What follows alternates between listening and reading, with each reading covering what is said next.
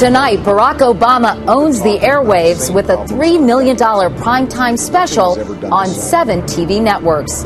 But first, a word from John McCain. I will never delay the start of the World Series for an infomercial. I'm Katie Couric. Also tonight, the Fed gives the economy a shot in the arm.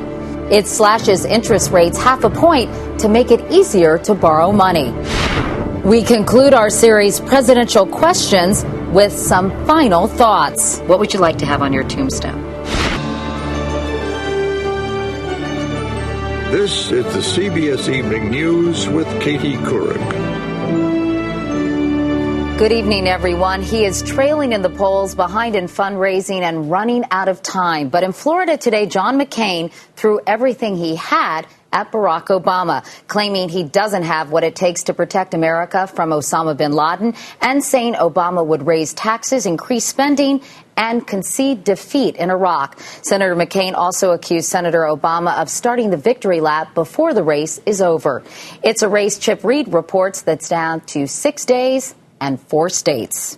If you were to follow John McCain, we've got to bring Florida home in our victory column. In the last days of this campaign, because we're going to win the state of Pennsylvania, you'd be on what he says is the path to victory. Thank you, Ohio. Ohio, Pennsylvania, Florida, and Virginia, where he'll be this weekend.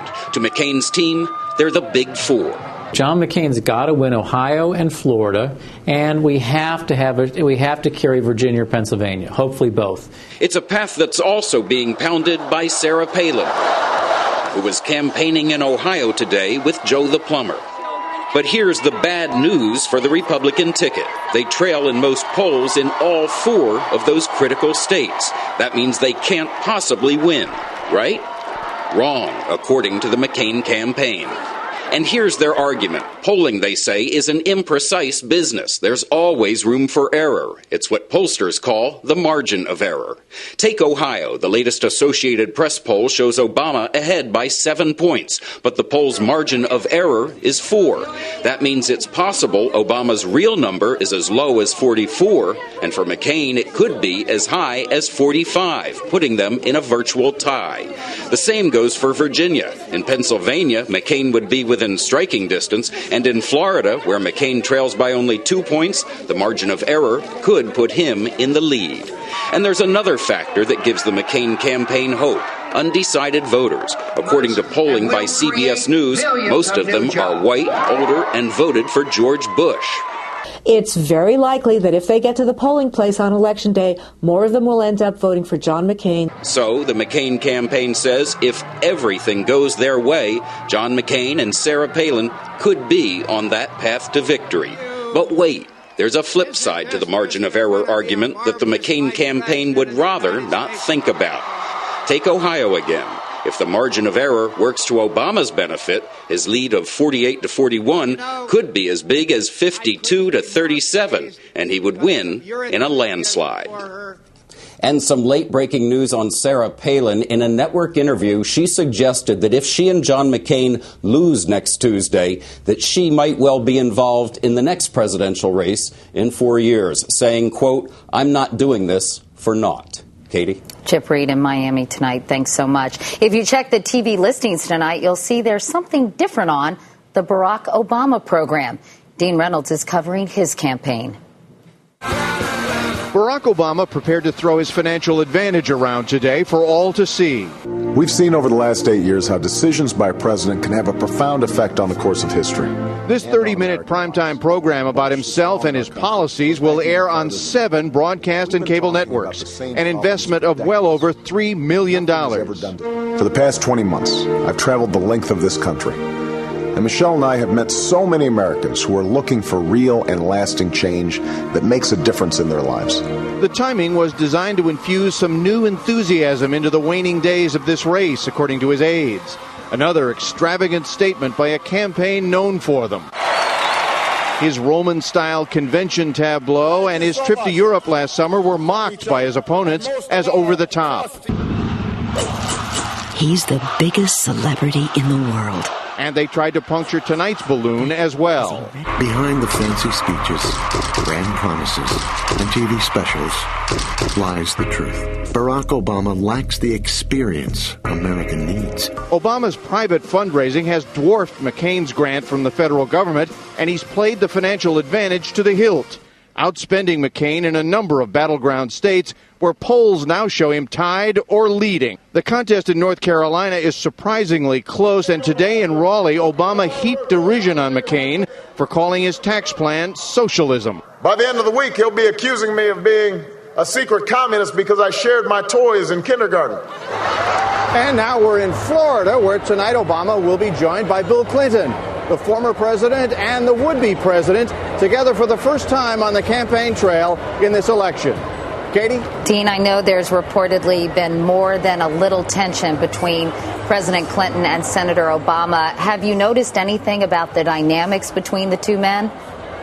Well, their relationship is improving. It was a bitter primary, but they have decided that they have a common interest in having a Democrat in the White House, so they're laying down their swords, and just in time. Katie? Dean Reynolds. Thank you, Dean. Jeff Greenfield is our senior political correspondent. And, Jeff, we just heard from the campaigns. Can you explain to us, using this electoral map, what their plans are? Sure. Look at these blue states. Those are the states John Kerry carried in 2004. Obama has a double-digit lead in all of them, which is 252 electoral votes, just 18 shy. When you add states where he has commanding leads, right now at least, Iowa, Colorado, and New Mexico, those states alone put him over the top, without even talking about Florida or Virginia or Ohio. So what does John McCain do if that's the case? Well, he has to take every state that's still up for grabs. He has to take Florida. He has to take North Carolina. He has to take Virginia, where he's trailing, Ohio, Indiana, Missouri, and then he has to take Pennsylvania out of the Obama column. That's why he spent so much time there. That would do it for him, but it's a very tricky road. So how does he navigate that road? He has to hope that people don't like the fact that Obama's on television tonight for a half hour. He has to hope they think he's a little presumptuous. He has to hope that the undecided voters, who tend to be a little more Republican right now, older voters, see in Obama somebody they just don't particularly trust. But, Katie, I'm running out of cliches. I mean, he has to throw the Hail Mary. He has to hole out from the bunker. He has to convert the 7-10 split. You picked the cliche, but it's a tough road for John McCain. All right. Jeff Greenfield. Jeff, thanks so much. On the CBS News Money Watch, the Federal Reserve today tried to give the ailing economy a boost by cutting interest rates 0.5 point to make it easier to borrow money. But it was still another volatile day on Wall Street, the Dow bouncing up and down before finally closing with a loss of 74 points. More now from our business correspondent, Anthony Mason. A small army of distressed homeowners marched on one of America's mortgage giants today. They call it the American dream. Well, for us, it was the American nightmare. Dumping their furniture on the front lawn of Fannie Mae's Washington headquarters. The protest came as the Fed cut interest rates another 0.5 point in what many say is a psychological move. And the cut is a signal that we're in this to make sure that it works, and we're asking you to rely on us. It's going to be 23.56. But mortgage rates have been climbing again. The 30-year fix jumped from 6.3% to 6.7% over the past week. The 15-year fixed climbed from less than 6% to nearly 6.5%. The government has hinted some help is coming for troubled homeowners. I don't know if it's days or if it's weeks. It's something we're very focused on right now. The protesters who forced their way to Fannie Mae's front door today, like Edna Barber, who's lost her home, say the banks can't be the only ones who get government help. We need something to help Main Street. They bailed out Wall Street.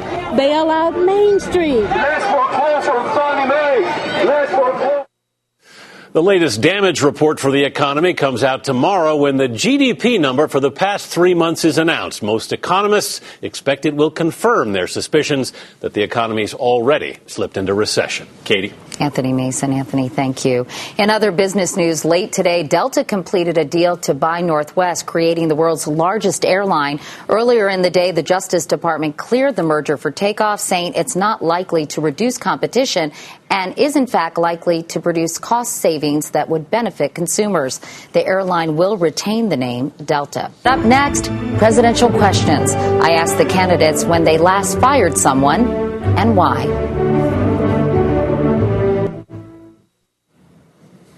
By this time next week, we'll know who the next president will be. Throughout the campaign, we've presented the candidates' answers to the same series of questions to give you a better sense of who they are as people.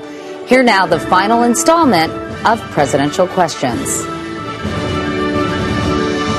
When was the last time you fired someone who worked for you and why? Well, we had to make a change in our campaign. It was going in the wrong direction. We knew we had serious problems in our campaign, the way it was being managed, and that will be well chronicled in the books that are written after this election. But it wasn't easy, and it wasn't fun, and I still value the friendship of the people that left our campaign, and it was just that we needed a different direction. It certainly wasn't anything that had to do with personal differences. I have directed people to be fired during the course of this campaign. I'd prefer not sharing that with the public because obviously I don't want to embarrass them. I don't mind people making mistakes, but I want them to learn from their mistakes.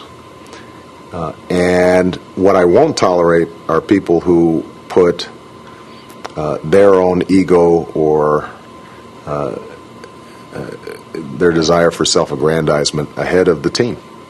I played sports as a young person and still try occasionally as an older person. And I am a big believer in there's no I in team. And I don't tolerate a lot of drama or people backbiting or trying to push people down to push themselves up. When I see evidence of people who are not acting on the basis of how are we getting our mission accomplished, then I'll give them a couple of warnings, and if it's chronic, they won't be part of my organization. What is your favorite book of all time? Well, the Bible is the book that shaped me and moved me the most. But in addition to that, Toni Morrison's Song of Solomon might be one of my favorite books. It's just a beautiful, beautiful book. And I've gotten a chance to know Toni Morrison during the course of this campaign, and she's just as elegant and wise and thoughtful as you'd want her to be. You know, it's always nice when you meet somebody and they turn out to be like you want them to be. She's just a spectacular writer and a spectacular woman. Shakespeare's tragedies, whether it's Hamlet or Lear, there's so much in each of those tragedies. I mean, you can read that once a year, and each year there's something new, there's something you didn't notice, there's some insight into the human dilemma. It's powerful stuff. For Whom the Bell Tolls, about a fella from Montana that goes to Spain to fight for a cause he believes in. His name is Jordan. Falls in love, of course, with a beautiful Spanish young woman, but he's willing, even when disillusioned with the cause he came to fight for, which was the communists, he's willing to sacrifice his life for his comrades. And that's where I got the phrase, the world is a wonderful place and well worth the fighting for. What would you like to have on your tombstone? He served honorably. He put his country first. That he was a good man and an honest man, and that he was a good father and a good husband, and that he tried to give something of himself to make the world better. Something pretty simple, but somehow hard to achieve sometimes. Tomorrow, another Campaign 08 series, Where They Stand, will tell you what the candidates would do about funding the war on cancer. Coming up next, drastic changes may be coming to the U.S. auto industry. These could be the worst of times for America's auto industry. First, it was sky-high gas prices, and now a slumping economy. As Cynthia Bowers reports, some of the big players are ready to take some drastic action. With car sales across the country slowing to a dead stop, America's automakers could soon be running on empty.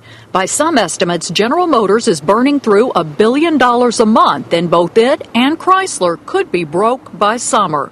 Why is it so bad? Well, so far this year, Ford's sales are off 19%. GM's are down 20%. Chrysler's sales have slid a staggering 26%. This year alone, the three U.S. automakers have had to cut more than 48,000 jobs. Desperate to stay afloat, GM and Chrysler are now talking about merging and are asking for a big government bailout to help do it. They will likely need to file for Chapter 11 bankruptcy around mid to late 2009 if they don't get federal help. The estimated cost of that help, $10 billion, and a loss of 40,000 jobs. That's 1/4 of the workforce. Neither company is talking publicly, but the White House confirms they are talking. The automakers have been in contact with us. We've been talking to them at various levels.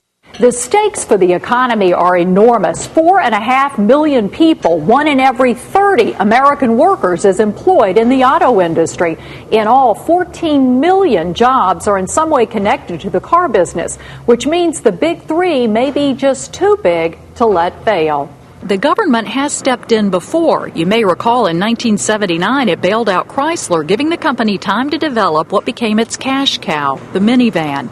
But today's global marketplace is much more competitive, and understandably, auto workers are on edge. I understand that they're trying to merge. I don't know how is that going to benefit us. The auto industry has helped power the economy for 100 years now, but experts say it's been headed the wrong way for so long. Even with a bailout, it could take decades to get back on the right track. Cynthia Bowers, CBS News, Chicago. One note now from overseas. Southwest Pakistan was rocked by a powerful earthquake today. A 6.4, it struck before dawn and was quickly followed by several strong aftershocks. At least 170 people were killed. 15,000 others were left homeless. Many had lived in mud huts. Pakistan's army sent in supplies by helicopter, and mass graves were dug to bury the dead. And that is the CBS Evening News for tonight. I'm Katie Couric. Thanks for watching. I'll see you tomorrow. Good night.